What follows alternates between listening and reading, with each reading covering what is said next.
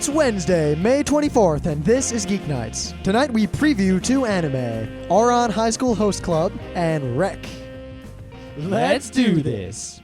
So we were coming back from the store today, and Scott tried to make fun of me and my mother. Yeah, you thought I was going to open with the thing about me getting a patent, but no, I'm starting with That's this. what you said you were going to open with before. Yeah, and then this happened, so I have to start with this. So Your mom. But Scott bought like 2 apples, and they fell out of his bag, and they were rolling around in the back. So when I unloaded the car, I said, Scott, your apples fell out, and they were rolling around in the back. And Scott says to me, he says to me, what exactly did you say? I said, that's what me and my mom were doing last night. Yeah. Referring to the rolling around in the back. Now, obviously, the my was a slip of the tongue, and I meant to say that your mom and not my mom, but it was funny nonetheless. Yeah. In fact, if I would have said that's what me and your mom were doing last night, it wouldn't have been funny. We would have just gone like, yeah. But because I accidentally said my, we were bestowed with much laughter, and it was well worth it. So hooray for accidentally being more funny. Yeah. In somewhat more relevant news, for all of you know, I quit IBM 1 week ago, and I've been working at a new awesome job, like crazy awesome job. I'll have For so many 3 stories. days. Yeah, and now I'm going on vacation. to Animazement. So anyone who's going to be in North Carolina for Animazement this weekend, I'm going to be there doing at least one panel, and I'll probably be doing security and wandering around. You can't miss me. He'll make himself known. Yeah. You can see his picture on our forum at frontrowcrew.com. Yeah, but wasn't that crepey guy who was like, "Hey, let's see Rim without his shirt on. Or how about you without your shirt on?" Yeah, I didn't turn Skype on today. Yeah, I wonder why.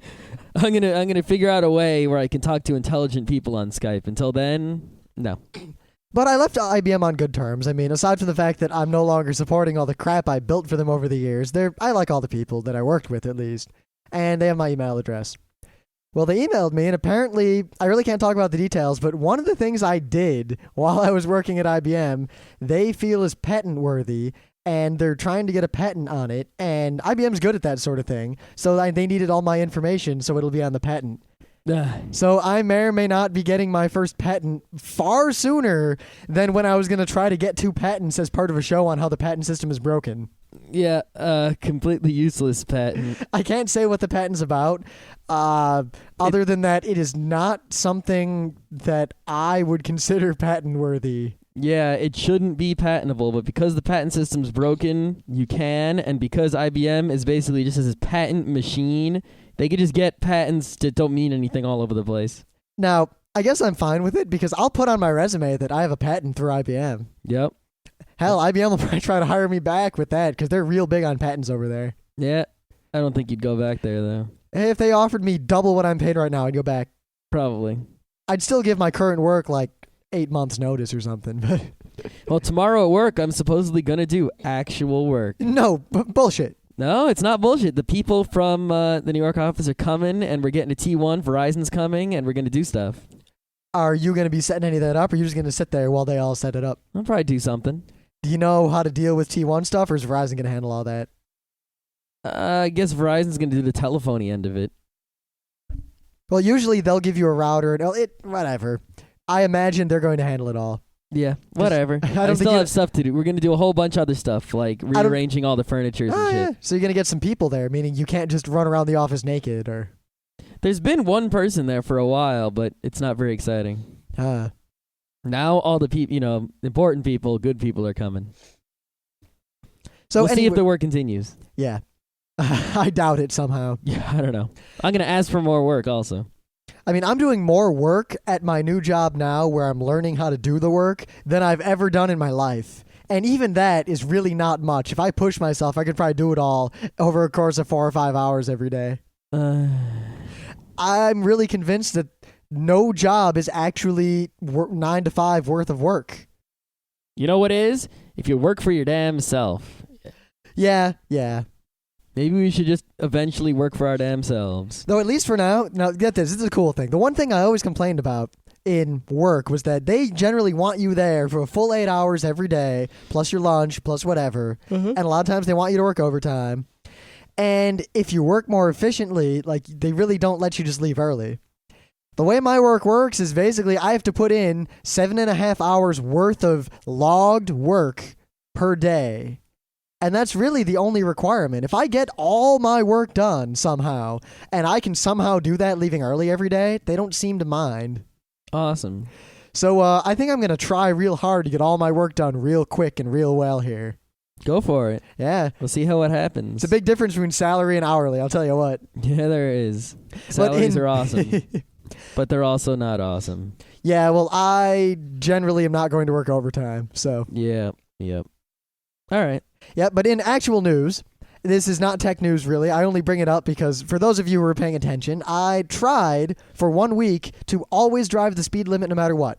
You failed. I stopped doing it after 2 days because I was almost killed. I was almost run off the road by a tractor trailer on Monday. And on Friday, when I tried to drive to work, people were passing me in the median. I think you mixed your Friday and Monday, but that's fine. No, I'm talking about my commutes. I'm not talking about what happened Friday or what happened today. No, I think you said Friday. It doesn't matter. What do you mean? Switched Friday and Monday. Did I? Yes, you said Monday first, and then you said Friday. I meant to say Monday first. Oh, okay. As in this previous Monday. I was starting now and going backwards through time. Ah, all right. Because one of those events happened on one of those days and one happened on the other day. Okay. Anyway, I almost died and it wasn't worth it. If I went 55 on the Taconic, I would probably not be here now. Mm-hmm. I mean, the traffic was going faster than I was comfortable going. And for people who know how fast I drive, that's scary. Like, real scary. That's really scary. So I was speeding, whatever. But the reason I bring it up is that Hillary Clinton, who I've been kind of 50-50 on in terms of her political views for a while. Yeah, similar here. Like, oh, she's doing this. Oh, she's doing that. Yeah, the worst thing is... video games. All the bad stuff she does is very obviously pandering to the idiot vote. Yep. Like, I see her trying things and, like, saying, oh, I'm going to push for this, and then failing on purpose. Because she does a lot of things that aren't visible. Like, did you know she's on the banking committee in the Senate? Nothing she does concerning banking is made public or pronounced very loudly. Because no one knows or cares. No one knows or cares except for banks. But when she says something about video games, there's a brouhaha. Yeah, so anything she does where there's a brouhaha is always something stupid, and I'm 90% of the time against it. Yep, and most of the time, I'm pretty sure she's against it, too. I can't tell, and it doesn't matter. But as long as she's saying it, that's how she's going to vote, and that whether she's actually against it or not doesn't matter. Now, today she did something that I have mixed feelings about, but I think this is pretty much the last nail in the coffin of she cannot be nominated by the Democrats to run in 2008. For anything. She wants... Well, she could probably stay in the Senate. You know how hard it is to get kicked out of the Senate or the Yeah, House? but she's in New York Senate, so I can vote for the other guy. You can. No one else will. That's fine. Besides, the other guy's probably going to be a Republican. I'm going to vote for the third guy. There's no third guy. The Tommy G party. Nah, yeah, they're kind of cool, I guess. They're not great, but Nah. they're better than the other schmucks. Yeah. There's really no political party I like. I mean, the Libertarians are the closest thing to what I want, except they're a little batshit. They're crazy batch. Yeah, I mean, I really don't like the way our schools are in this country, and I have a lot of beef with the public education system. But the answer is not to abolish it. And the answer is not to put a bunch of money into it or take a bunch of money out. Yeah. The answer is to change it dramatically to something new. Like the right-wingers want, a police state, and the libertarians want no police, and neither one of those is going to work. Nope. The left-wingers want communism. That's not going to work either. But the Democrats want something else. They want they want the same police you've got now, only really inefficient. And meanwhile, the Republicans want the same police we've got now, only costing less. Yeah. But actually costing more. But doing more. Well, really, they want doing more and costing more. Yeah. Well, the Republicans say they want costing less. They want doing more, but they actually end up paying more because they want the doing more than they want the paying less. They just say the paying less. It's really scary to me that now when I think back to the days of Newt Gingrich Republicans, I think back fondly. Yeah. I mean... if I would have told you that, when Clinton was in office, I wasn't like, oh, this is terrible, but, I wasn't like, hooray for Bill Clinton, hooray. I was like... I was, but that's a whole other story. That's a whole other story. I was just like... All right, this guy, whoever was the president, I always was like, the president sucks, no matter who it was. But now, If you would have told me now, I would have been like, goddamn, whatever amendment number that was. Let's throw it out. Yeah, throw it out, because then Bush will run again against Clinton. And Clinton win. Yeah. There's really only two people ever to run for president, FDR and Clinton, who could just win every time. Well, I guess maybe JFK, but JFK could have. He died. I still love that one Photoshop where it shows Fox News and it shows the JFK assassination, and the Fox News scroller says, John F. Kennedy dead of apparent suicide. Just to make fun of Fox News, because they've been in the news lately. Yeah. Anyway, my news. All right. Hillary Clinton's new thing is that to save money on gas costs and to save lives, but that's secondary to it, she thinks that we should go back to the 55-mile-an-hour speed limit. Now, no. Whatever your feelings are on speed limits, I can tell you with certainty that there is only one demographic of voters who will approve of this. People over the age of 65. And even some of them. I have one grandma who goes slow and one grandma who goes fast. Yeah. So the grandma who goes fast isn't going to like it. Only the slow grandmas and grandpas are going to like. And those people who don't want swings on the playground. Oh, yeah. Those people don't like speed limits either. Well, they like speed limits. They like them a lot. I mean, yeah, they don't like high speed limits. They like low ones. Now, on FARC, I saw, in fact, I'm going to link to the FARC article on this because I know it won't go away. I saw perhaps the most perfect, awesome rebuttal to the argument that the speed limit is too high ever. It shows a picture of a United States freeway from 1957. Oh, 58. I was waiting for that. And it shows the speed limit sign. And the speed limit sign says minimum speed 40, maximum speed 80. And the caption above this picture says, this is from back, it says, if cars that had drum brakes, really powerful V8 engines, no airbags, no crumple zones, no seat belts, crap headlights, crap tires, and large heavy steel frames, and no suspension of any reasonable ability, can go 80, ... I agree. Yeah. Cars are a lot safer now, and studies show, numerous studies show that lowering the speed limit to 55 greatly increased the accident and fatality rate. States that have raised their speed limit since then have seen dramatic decreases in accidents and deaths on the roads.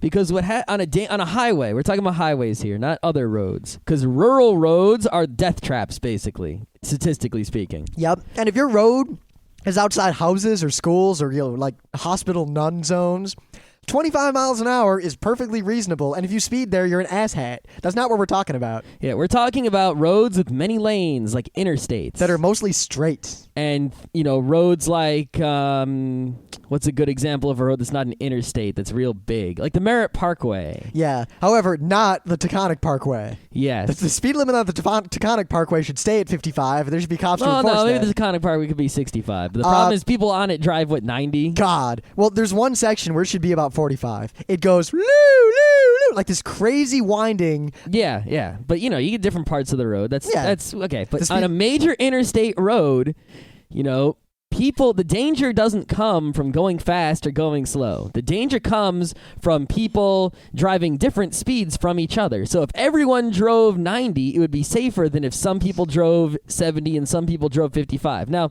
if somehow magically everyone drove 55, it would be just as safe. It wouldn't matter. The thing is, a lot of cars, it's just not reasonable to stay going 55, especially when you're trying to get somewhere.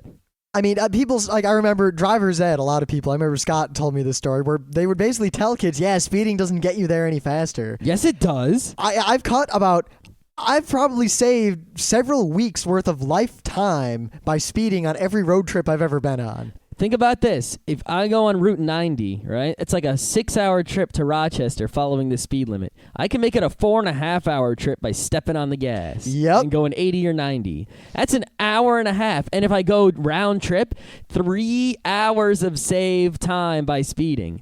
It's just completely unreasonable for me to go the speed limit of 55/65 the entire way. Not only that, but it's just stupid. Now, of course, people will still drive somewhat slower in some cases, but you just have to have the European style of driving where you stay to the right. In a 2-lane road, you stay to the right, and if you're going faster than everyone, you go to the left. And if someone comes behind you in the left lane, you get out of their way. Mm-hmm. In a 3-lane road, you cruise in the middle. The right lane is for trucks and merging. The left lane is for speeding. Yep. In a 4-lane road, you follow the pattern there. Yep. Yeah, but regardless, 55 mile an hour thing's not going to fly. The vast majority of Americans don't like speed limits. The other thing is that truck drivers want to get places as fast as possible because that means they can do more jobs in less time and get paid more money and live better lives. Yep. In fact, if speed limits go down, they get mad pissed off. The last time this happened, when the U.S. instituted its 55 mile an hour nationwide speed limit deal back in, the 70s? Mm-hmm. The truckers' unions got together and they put rolling roadblocks on almost every freeway in the country, driving exactly 55, and it caused mass chaos. Yep. Imagine if 2 tractor trailers were on every 2-lane interstate in every direction, all going exactly the speed limit. That there would just be lines of cars for miles and miles, all rolling slowly at 55, taking hours and hours to get where they're going, bumper to bumper. This is why I think the speed limits are set too low and stupid, because we're now in a situation where if you follow the law to the letter, you are more of a danger than if you break it. Yep. Now, you might say, oh, you're only a danger because there's other people on the road going fast. Well, yeah. The speed limits on roads should be determined by safety and not by making money. And also, it doesn't remove liability for people who cause accidents because weather and conditions change the road. So if you're going too fast, like say the speed limit's 90 on a road, and you're going 90 and it's snowing, or you're going 90 and you're driving stupidly, and you cause an accident, investigators, if the accident is big enough, can tell what caused the accident by investigators. They can go to a scene of an accident and they know exactly what the hell happened. It's a fucking science. One of those guys came to my math class once and he's like, look at this. I went to this crime scene. I saw a car embedded in this other car at this angle. The car crumpled this much. It was this kind of car with these kind of tires that were this worn. There was this much tread visible on the street, etc., etc., etc. Here's my math. Here's my little computer model I used with this little software in the detective office at the police station. Here's a video of the accident that no one saw in the middle of the night. Now, my idea is very simple. Raise the speed limits to, I forget the term, but it's the 85%. 85%, the 85 percentile speed limit, wherein you have engineers study roads, watch the average speed of traffic, and generally, with few exceptions, the only exceptions being non-apparent dangers, like a road that's windier than it looks, or a road that has blind corners that aren't obvious, or things like that. There's always crazy exceptions. Everyone knows. Yeah, but engineers find those and mark them separately. Yes, they do. Usually with big yellow signs with arrows on them. But in general, the safest speed for traffic to go is the speed that currently about 85% of drivers will go if there's no speed limit. Yep. So let's say there's no speed limit on a road.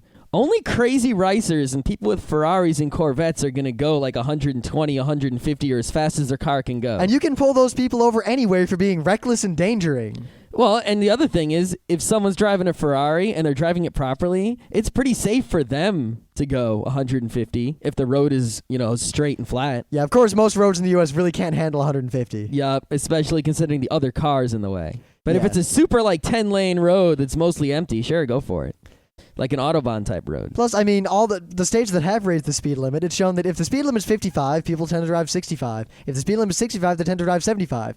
If the speed limit is 75, people tend to drive 75 because most people don't want to go faster than that. Yeah, I mean, the fastest that I would ever go on like a normal trip to work, I mean, when I'm going on super long distance trips on extra empty roads that are real long and straight, I'll go 90 or 100 for quite a bit. Not the whole time because you can't stay at 90 or 100. It's not really, if you're going to turn at all, it's not really safe or comfortable, and you have to constantly, control the driving. Yep, you can't just zone out like you do when you're going 55. Yeah, but if I go down, to work, the fastest my car ever gets to is 80. And the road's 55, but most people are going 70 because the road is really a 70, 75 kind of road. I feel perfectly safe driving 75. I don't have to put a lot of energy into it. I can zone out. There's no risk of really hitting anyone because everyone in the left lane's going that speed. It's all good. Wow, I guess we kind of did our show on speeding. Because we're going to do some other cool stuff in a real show on speeding. Yeah, like the interviews, and we've been collecting articles and scientific studies for the past several months. Mm-hmm. Okay, so I have a news that's anime related on Anime Day. Oh yeah, it's Anime Day. Yay. So Tokyopop, they make all that manga. They used to make the good manga, but now Viz makes the good manga. Signature. Yeah, signature series. All right. Anyway, Tokyopop used to put out DVDs. They have Initial D, Marmalade Boy, GTO, Reign the Conqueror, some other shows. But then it didn't work out so well. You know why? Because Tokyopop always screwed them up. Initial D. If you don't know, there's a big debacle about Tokyopop's Initial D DVD releases in America. It's probably, in some, one of the worst things ever done to an anime, other than possibly Warriors of the Wind. Yeah. So what they did is, normally when you put a DVD out in America, you translate it, you make a dub, you make some subtitles, you put it on DVD, a few episodes per disc, and you put some extras on there, you make some DVD menus, and you sell it. It's pretty simple. Tokyopop thought it was a good idea to take Initial D and remix it. What they did is they dubbed it, they changed the characters' names, they changed the amazing super Eurobeat music to this rap music they hired someone to make that's terrible. It's terrible. Like, not just because it's rap music. I like a lot of hip-hop music. This is bad music. Bad. Your music's bad and you should feel bad. Exactly. And all the racing scenes, they basically took 1980s video editors and did like split screens and like wacky color changes and all sorts of, quote, tricked out effects. So if you buy Initial D on DVD from Tokyopop, you'll notice that when you boot the DVD up, the menu says tricked out or standard. Watch standard. Tricked out is an abomination, to say the least. They also edited the tricked out version, the Americanized version, and took out various scenes that were inappropriate for whatever reason. Scenes that were very important. Like Papa. Yep. So, Tokyopop really wasn't any good at releasing DVDs, so it's not a wonder why they stopped putting out DVDs. They stuck to their manga, which made them a ton of money. Good business move. What Tokyopop has now done is they have sold their existing DVD titles to Funimation, who knows how to make DVDs.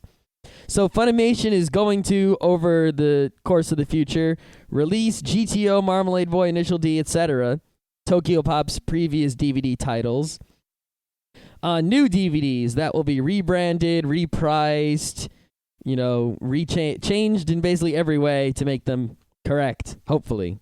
And the first one they're going to put out is Street Fury Remixed on June 27th. So I guess Tokyopop wasn't making any money off their DVDs anymore. They sold them all to Funimation. Now Funimation's going to make the money that, Tokyopop should have made before if they did things right. Huh. So that's, if you're a fan of Initial D and you already bought the DVDs like me, oh well. Buy them again. Yeah. Probably I'm going to try to see if they do release better DVDs than the ones I have now, I'll see if I can sell all of mine to buy the newer ones at like a low price. Hopefully that'll work. If not, I'll just keep what I got. Yeah. I never have to watch the tricked out version. I'm not about to rush out and buy that super new, awesome, crazy version of Ava. Nope. I just bought the Platinum Edition. Yeah, who cares about the limited Ultra Super Extra Plus Edition with the t-shirts and... It comes with a jacket. Yeah, a leather jacket? I don't know. It's crazy. It's $250. Yeah. I could buy, a PSP? Yeah.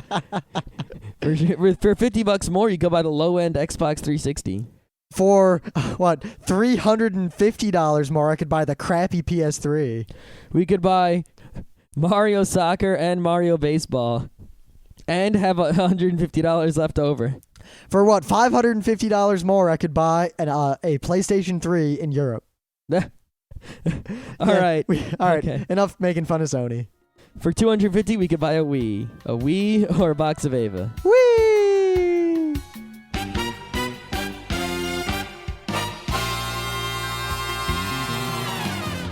So once again, my thing of the day is old. I guess you're just not good at finding things of the day anymore, so you're digging up the old dregs from before the Geeknights existed. I think it's more that in my previous job, I was mostly doing development work, meaning I sat in front of a computer all day with a FARC RSS feed, and I knew what was going on every second. Now I'm out doing stuff.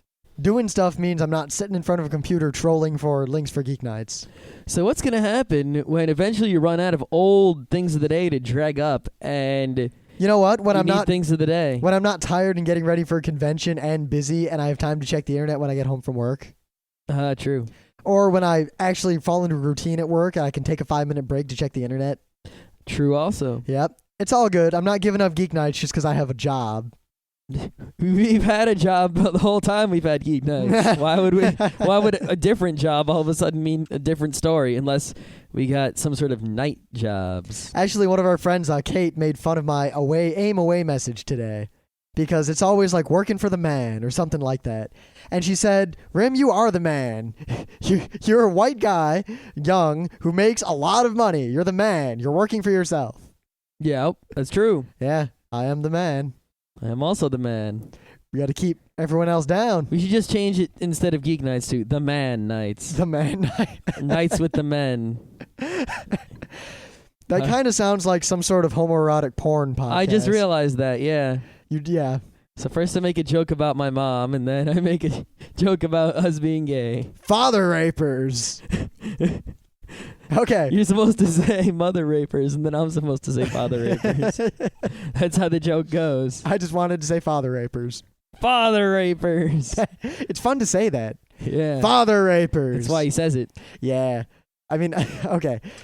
Thing of the day. Thing of the day. I got a thing of the day. Because that's what the music was. So my thing of the day is... I am the radish girl. I will kill you one by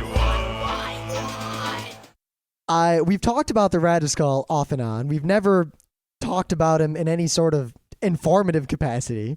Well, let's do so. The Radiskull, episode 1, appeared a long fuck time ago, like The late 90s. late high school for us. Last millennia.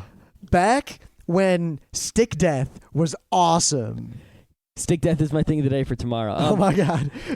When Flash was Flash and Director was Director. Back when if someone made a Flash animation, everyone in the world would watch it because it was awesome, and there were like 6 of them on the internet. When everyone used Shockwave and Flash was insane, you had to wait for it to load. Shockwave.com. Dun, dun, dun, dun. Back when games like Pico's Adventure. Or Lenny Loose Jocks. Oh my god. Pushing Brown. Pushing Brown.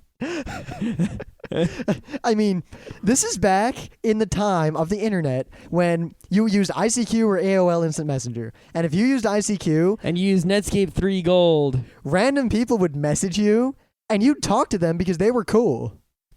Because anyone using the internet in the 90s had to be cool. Yeah, There weren't everyone... any stupid people in those days using it. I mean, back then, not even all the AOLers were really on the internet yet. Not Nope. fully. And half the AOLers are cool. Now anyone using AOL still these days is just stupid. So this guy, Joe Sparks, made Radiskull and Devil Doll. Now this is pretty much the premier Flash animation. We wouldn't have things like Homestar Runner if we didn't have Radiskull.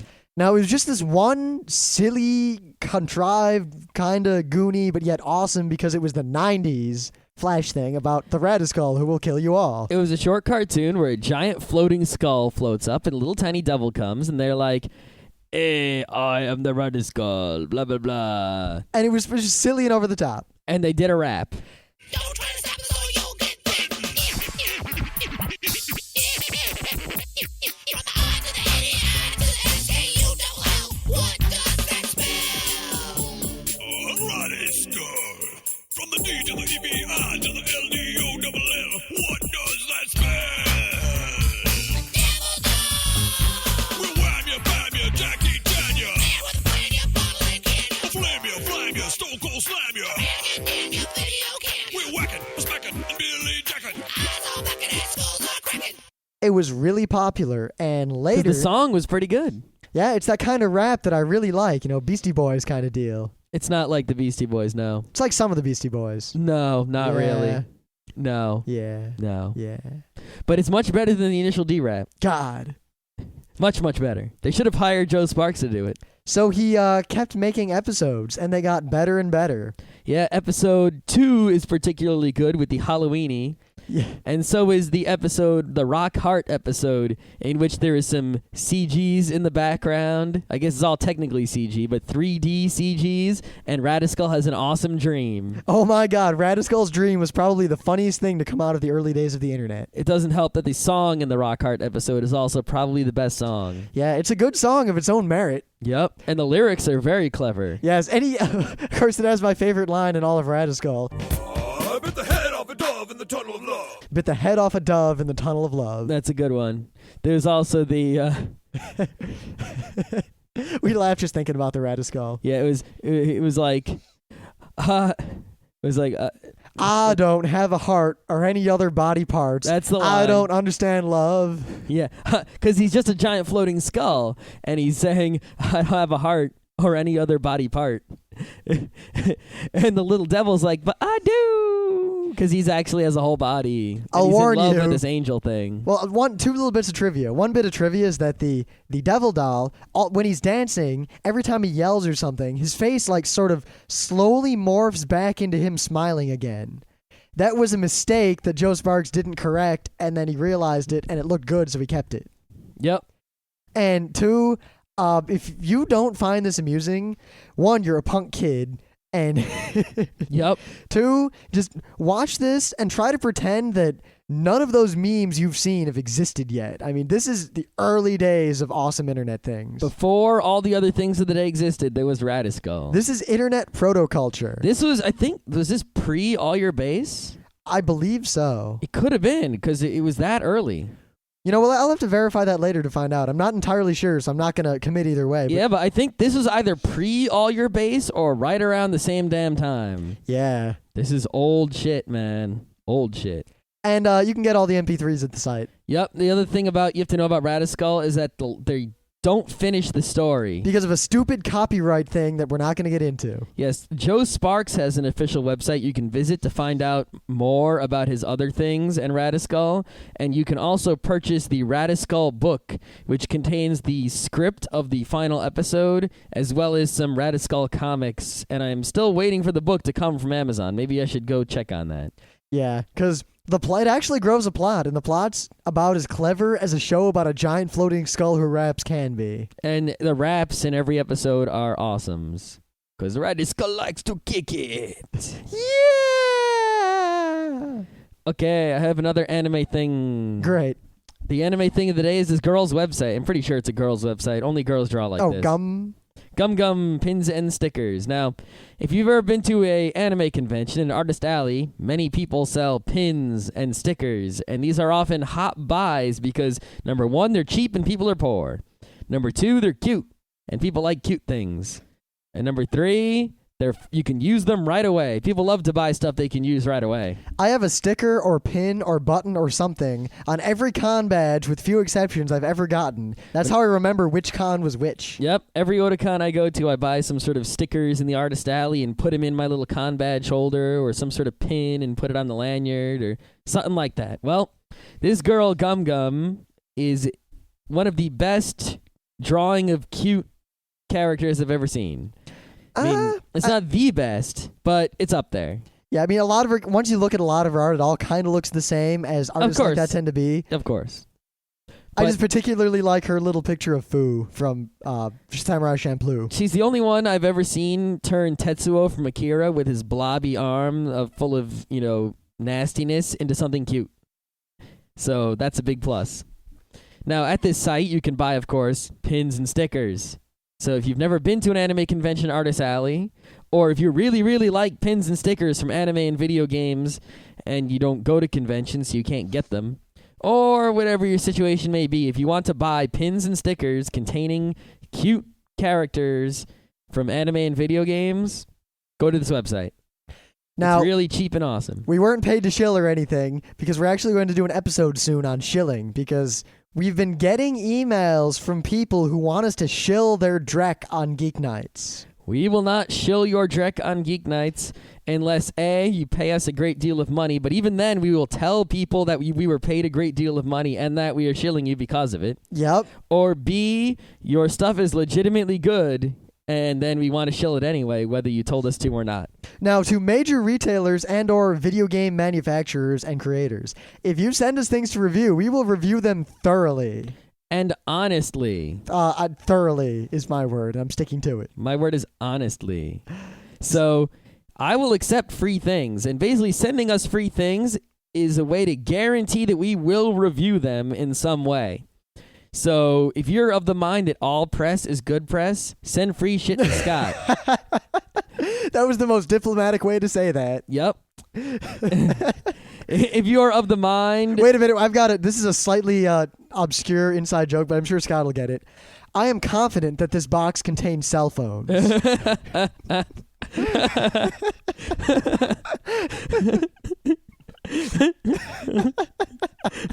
the eyeball.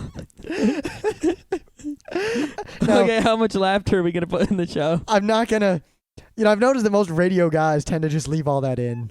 Plus, we don't edit the show anymore, so whatever. All right. So, if you send us free things, we will review them, but we will review them honestly and give our honest opinions of whatever you send us. So if your stuff sucks, you might not want to send it to us. And if your stuff is awesome, and you know that we'll say awesome things about it, sending it might be a good idea, because then our audience will buy it. Though I know that if I was just told this by a podcast I listen to, I would send them a small box with poo in it. Of course. Because that's the obvious thing you do to someone who asks you to send them things. We can do an episode on poo. I could do an episode on poo. Let me tell you what. Yeah, you were like a Poop Report reading fiend for like a year. Poop Report was a great website. I don't know if it's still up there, but that Time to go check. Yes, are you checking? Yep. All right. Poop Report is going to be a thing of the day sometime in the future. It's poopreport.com, right? I think so.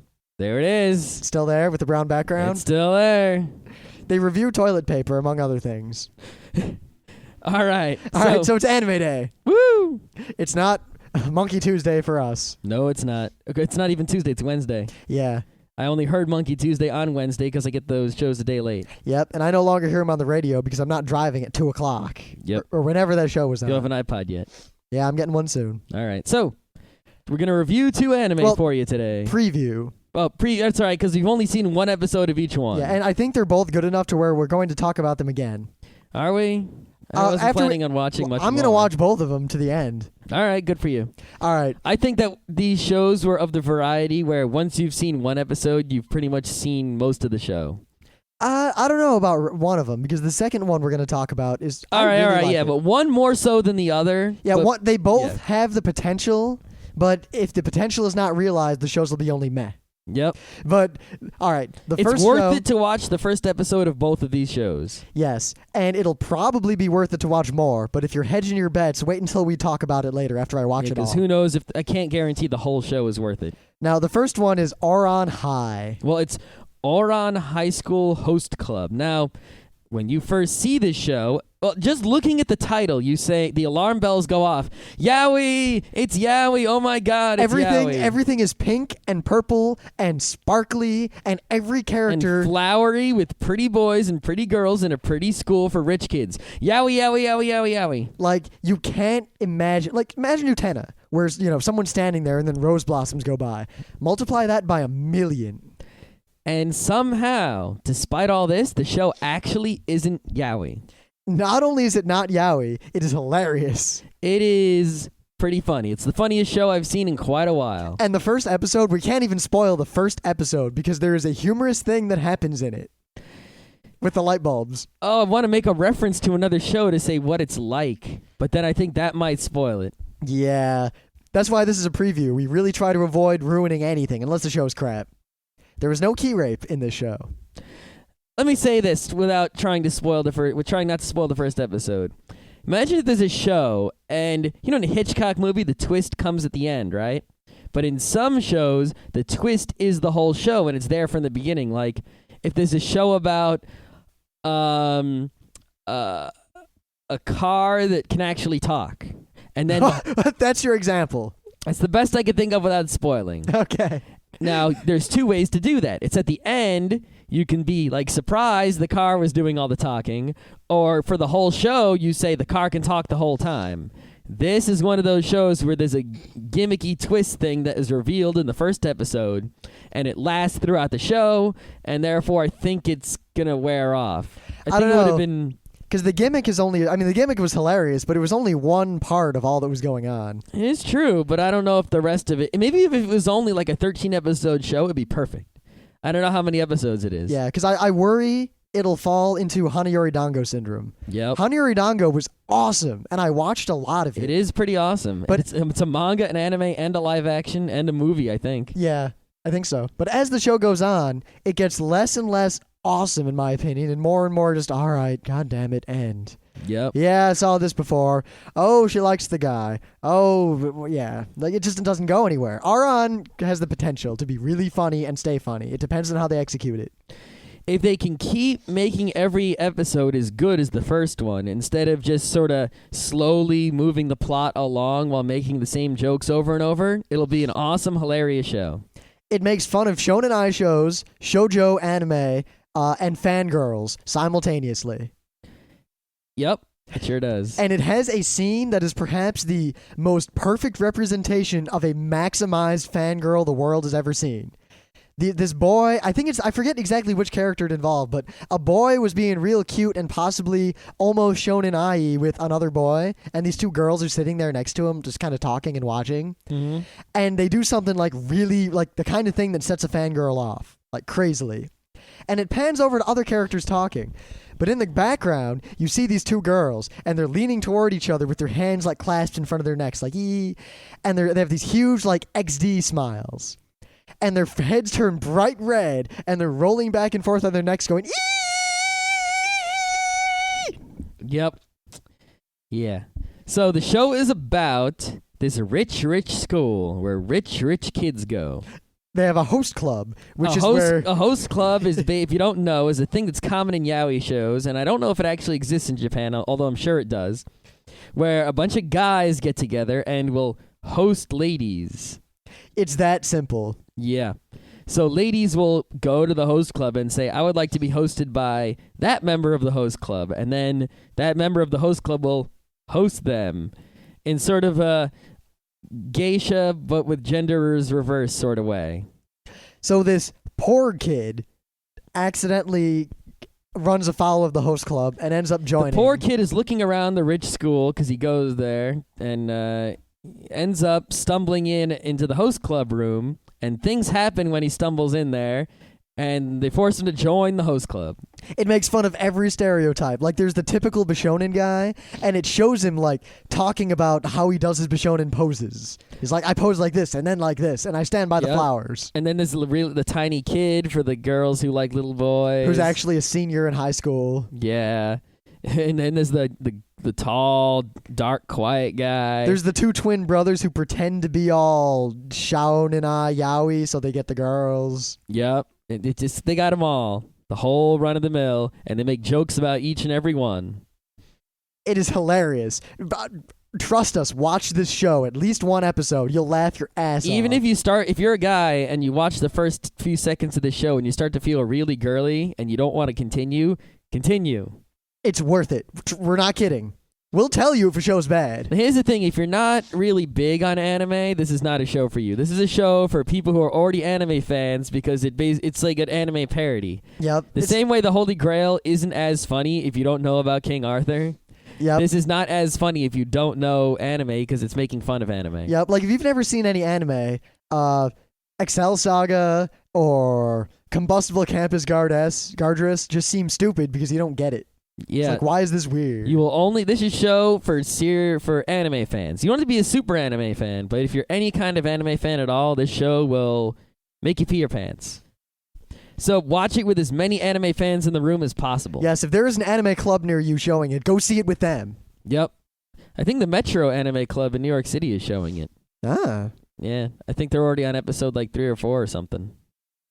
Now, the other show that we watched, actually, we watched a whole bunch of shows, and they were all, for the most part, above the line of watching at least a little bit more, which was amazing after all the crap we've seen. Yep, but we'll continue to watch some of them. Yep. The other show that we're going to talk about today, however, is REC. REC. REC, as in recording, but only rec. Now, it looks from the opener like a yippee, shoujo-y, semi-romantic comedy. That's what I thought. I thought it was going to be a yippee girly show based on the opener. It is actually a fairly serious and realistic romantic comedy. Yep. Now, in the opener, you see like a tree with a cat head, and you're like, all right, there's the cute creature for the show. And But then you see a it picture looks of... sort of like Koto-cha, but a little grown up. Ah, yeah. That's what it looked like from the opener. Now, they show a picture in the opener of Audrey Hepburn from Roman Holiday. I didn't get that on the first go-around. And the first episode, one, the characters watch Roman Holiday in the theater. Then the basic plot and scenes from Roman Holiday reoccur in the show. Like, the show parallels Roman Holiday in the way that an English teacher would say, that show parodies that movie. Yep. And it does it really well. And the show is really just kind of, I guess it's more classy, normal humor as opposed to, XD or on high anime humor. Yeah. So Roman Holiday, if you don't know, is this movie about this reporter who goes to Rome because there's a princess visiting there who's going to do some sort of speech thing. And somehow he ends up with the princess in his bedroom in his hotel, and he doesn't know she's the princess. And then halfway through the movie, he finds out she is. And then at the end of the movie, she finds out he is. And it's really good and really old. Yeah, it's one of my favorite movies. I really like it. Really, it's one of my favorite movies, but it's a good movie. And everyone should see it. Especially before you see this anime. If you haven't seen Roman Holiday and you watch Rec, at least from the first episode, you won't know what's going on. But it seems like it carries on to the second episode as well, even though we haven't seen it. Yep. I have really high hopes for this show. I don't have the highest hopes. I'm just kind of average, good. It just seems like a generic, good romantic comedy. Yep. I don't want to keep calling it that, but that's what it is, and that's... Yeah, there's a guy, he has a job. Remember when the boyfriend for the other girl appears? Yeah, that was funny. So the guy is waiting for a girl outside a movie theater. Instead, this other girl shows up who's the main character. I think she's the main character. Yep, she's trying to become... It's either her or the guy. She's trying to become a Seiyu. Yeah, she's trying to become a voice actor. And instead of, going with the girl he was waiting for, he goes with this Rec girl. Her name's Rec? They don't actually... It's funny because they don't actually tell each other their names until a certain scene. Oh, that's right. Because it's kind of like Roman Holiday. Yeah. Where they don't know who each other are. So he goes to see the movie with this girl instead. And then, on his way out of the movie, he sees the girl he was waiting for, and then he sees this gigantic guy pick her up instead of him. Oh. So he ends up going with this girl and having a good time, even though he's a little bit older than she is, but it's fine. She's like 20 or something. Yep. And then they go home, and then the plot is that, all right, they live near each other. Mm-hmm. And then he's woken up by fire alarms, and her apartment building is burned down, or her house is burned down. So he takes her in. And they hit it off. Down. And there was a moment where one of our friends, Adam, was sitting. He's like, please tell me this doesn't turn into porn. Please tell me this doesn't turn into porn. And it doesn't turn into porn. It turns into Roman Holiday. Yep. But it's more, it doesn't dance around the issue. I mean, these are two adults, and they do what adults do. Yeah, it's sort of an open parody, like Spaceballs is to Star Wars. It's like, we are parodying this show, but it's not so much a parody as in they're twisting it to make it humorous and wacky, so much as that they're, I don't want to say homage, because that's not really what it is, but it's... I guess they're using it as a semi-basis for what's going on in the show. Like, it's a nice thing because you can reference things, but not have to actually do them, but by referencing them, you pull in all that stuff from the movie without having to do anything. Yep.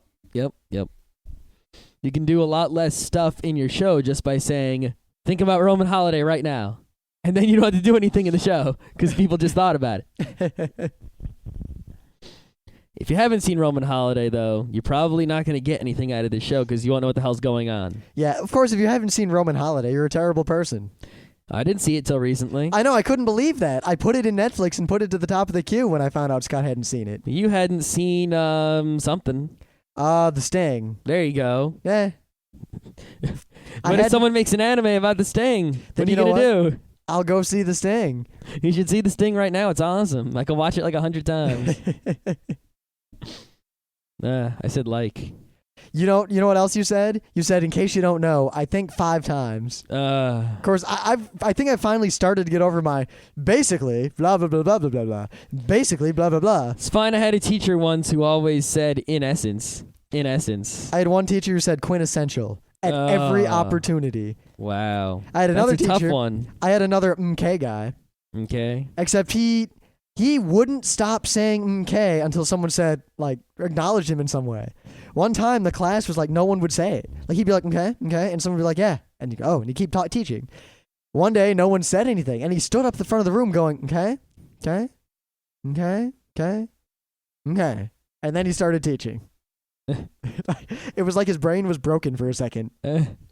How do these people get jobs teaching? I don't know. Twa. So, are we going to talk any more about these 2 anime? I don't think we really can without either ruining something or talking more than 1 episode worth of watching can warrant. I guess, yeah. So, Ouran High School Host Club and Rec are both recommended shows. Recommended. Dun, dun, dun. They're not super highly, oh my god, this is amazing recommended. They're just great shows. They're definitely must watch the first episode of shows. Absolutely. If nothing else, watch the first episode. If you like it, continue to watch, and then if you really like it, watch to the end. But, of course, my guess is that each show doesn't have 26 episodes worth of stuff in them, unless they come up with something to add in. Like, if Rec follows Roman Holiday, and when the Roman Holiday runs out, picks another old movie, that would be awesome. That would be awesome. But if they stick with just Roman Holiday, they've got 10 episodes is a little even stretching it a little bit. Unless they just break away from Roman Holiday into a show. That could do that too, but then the show has to be good. Yeah, which it has the potential to be, but we really can't say without seeing more of it. Yep. And Ouran High School Host Club, if they come up with new jokes without becoming monotonous, can go on for quite a while, as long as they can continue to make jokes. But more than 13 episodes, I don't think there's that many jokes in existence. To use our favorite phrase, I am cautiously optimistic. Da da da.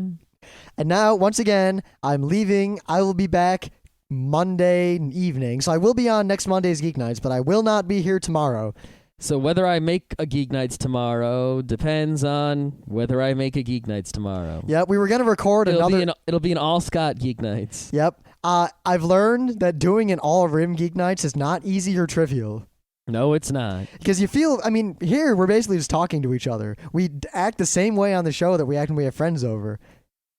When you're just talking on your own to no one, it's hard to come up with stuff to say besides stuff that you would say in a crazy rant or a blog post. But then it's not really appropriate for a podcast. You're just talking to yourself. Yep. Plus, when you're it's recording... much better those kind of things is much better to write down than to say. The worst thing is when you're recording yourself, there's the desire and opportunity to self-edit, to go back through and clean up everything. Well, I wouldn't do that. Yeah, but there's the temptation. I don't really have the temptation because the laziness completely eliminates it. I think my laziness is almost overcome by my desire to sound cool. Oh, I don't really care about sounding cool. I know. Good job. I just gotta tape a goddamn pop filter to your face someday. That's no good.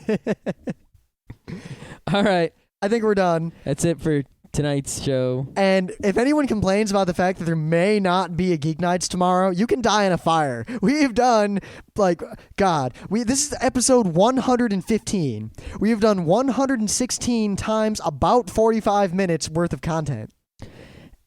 And pretty consistently, I think. We've only missed shows when there are conventions and things, and then we always make up for it by having awesome convention recap shows. Yep, I'll definitely have interviews from Animazement. Woohoo! And just you wait until Otakon. We're going to have a week's worth of coverage about that. Probably 2 damn weeks of it. Like the pre-Otakon week. What do we expect to see at Otakon? Well, I don't know. What do we expect to do at Otakon? We're at Otakon. Oh, it's the week after Otakon. I'm tired. What happened at Otakon? Oh my god. I don't remember. And Otakon isn't even like E3 is like is stuff to know. Otakon is just us hanging out. Yeah. We're gonna have a show about us hanging out for 3 days. Oh wow, how are we gonna do our shows from the shore? There might be, I don't know. We'll figure something out. What might happen is You know what? We'll go to an internet cafe and upload mini bits that whole week.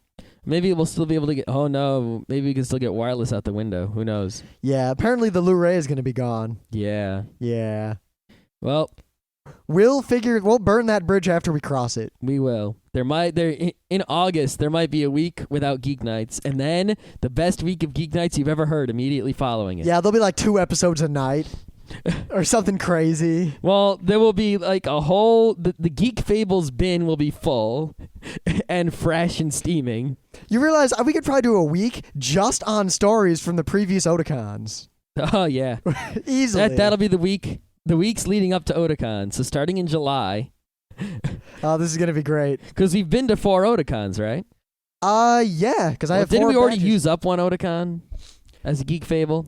We used up the first one, but we didn't tell the whole story. We just told the story of how some of our former acquaintances were kind of dumb, and they made our Otakon less fun. All right. Remember the hotel room fiasco and the driving fiasco? Yeah, we told that. So that's the important stuff from that Otakon, Yeah, other than the, oh my god, experiencing Otakon for the first time. which isn't really.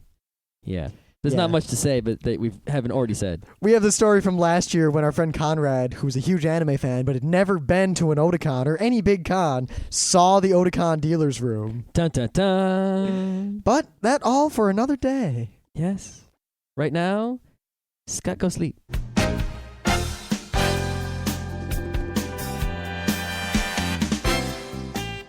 And that was Geek Nights with Rim and Scott. Special thanks to DJ Pretzel for our opening theme. Be sure to visit our website at www.frontrowcrew.com. If you like our podcasts, you'll love our forums. Make sure you visit them. You can send your email feedback to geeknights@gmail.com. And if you want, you can leave us a voicemail at 206-333-1537. Geek Nights airs every weeknight, Monday through Thursday. Geek Nights is recorded with absolutely no studio and no audience. But unlike those other talk shows, it's actually recorded at night.